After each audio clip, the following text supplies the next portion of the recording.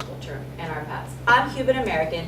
I'm a second generation. So to Andrea's point, even if you're Mexican American, Catholic, whatever it be, but you're a third generation and not a first, even that's different. Their needs are completely different. What my great-grandmother came to this country needing and expecting in her background and what mine is are two different things. We're both Cuban. We're both in the same bloodline, but it's completely different. So even in marketing, I've seen it with a lot of companies, Toyota's a great example, they take that to heart and they do a great job now, and it's getting even better because we've met with a lot of companies in this past year where they really are taking this seriously, and it is coming from within. So the members of their marketing team, they are really truly living, practicing what they preach, let's say, which I think a few years ago even wasn't the case. They were just doing general marketing to Hispanics or whatever the case may be, Asians, and they found through their mistakes that it wasn't working. So I'm very proud to see a change, a shift in corporate America. At least I guess if they're coming to us, they are seeing that. Maybe not all the companies, but they do realize it. And it doesn't matter who you are, it doesn't matter where you're from. People are so proud, and should be, of their background that everybody needs to be respectful of that and mindful of that, and marketers are number one for that.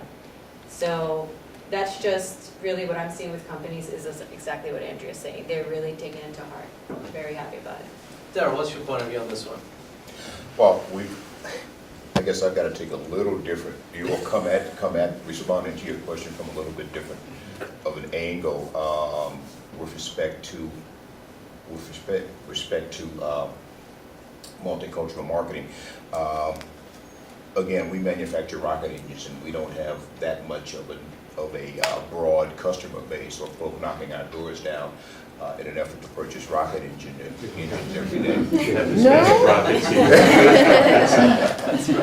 rockets. So I'd like to attempt to respond to your question in a little bit different way. Today, given to, at this point, the significantly shifting demographics of our nation also suggests that there is a significant shift in the demographics of individuals across corporate America, notwithstanding the size of the business enterprise. More and more, there are people in decision-making positions who are diverse.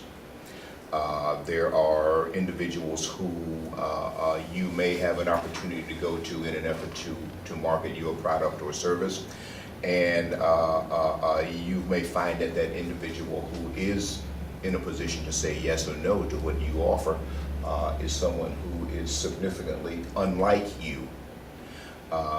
Therefore, in a much broader business context, it behooves all of us here in the second decade of the new century to understand and realize that if we are to embrace diversity in a business context, then we must embrace diversity in all that it means. And if we tend to shy away from accepting the realities that diversity brings to the nation's businesses, then we don't accept the fact that the clear positive end with respect to diversity is achieving that competitive business advantage. So I'd like to think that while we have made some progress, a good bit of progress in recent years across the nation, and it's really heartening to know, at least for me as a diversity practitioner, to feel good about the fact that more and more people understand that diversity is something much more than race and gender. Here again, if we are to be successful in what we do in a business context, then we've got to embrace everything that the broadness of diversity brings to us in that regard. Yeah, I just want to share some lessons learned from IBM. Back in 1997, when this team was founded, Ted Childs took a hard look at our advertising, our customer set, and our diversity policies. IBM had been a market leader. It had been for many years. We were the first company to embrace many new policies before the government even considered them. But Ted said, you know what, as a market leader, we don't practice what we preach. And he looked at our corporate advertising, and it never reflected diversity. So Ted said, from now on, I want corporate communication to run all corporate ads through the diversity teams and make sure there's correct inclusion for everybody. So that started to change our image. 13 years ago, we actually started this mission.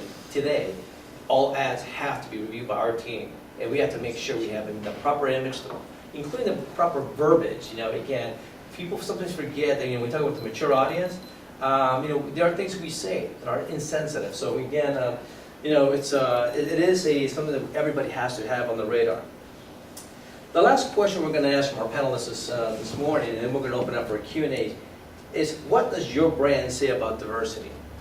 Daryl, I'm going to ask you, because this is another area you talked about top talent, and again, this was very important to you, and I think this is a great way to kick off this question.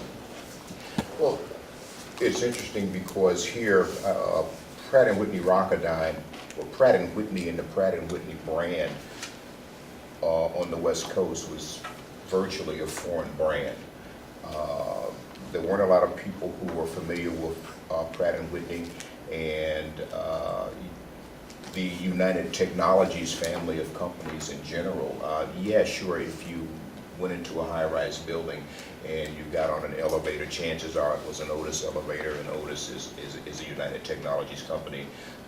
You know, you may have a Carrier air conditioner cooling your home. Carrier is a United Technologies company, but beyond that, the corporation really didn't have that large of a presence here on the West Coast.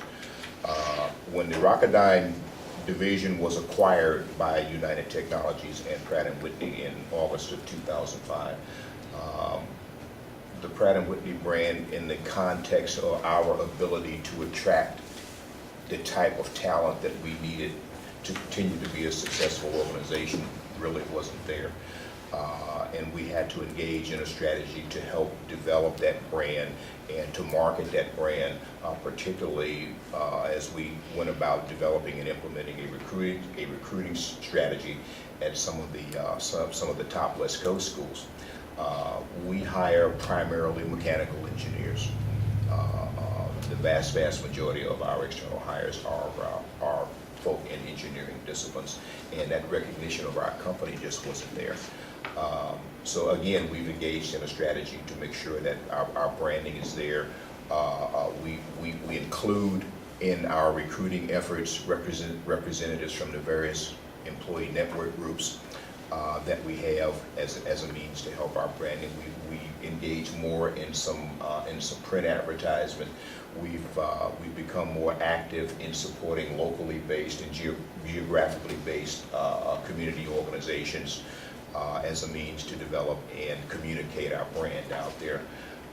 And our intent, of course, is to make sure that when we do engage in our effort to attract top talent, then people are at least familiar to some extent to what Pratt & Whitney Rocketdyne is all about, and hopefully they will look to us as an employer of choice as we go about the business of developing and bringing our products to market. All right. Andrea, the Toyota, this has been Oh, I just love talking about brand right now. Around Toyota, the concept of brand is almost like a sanctified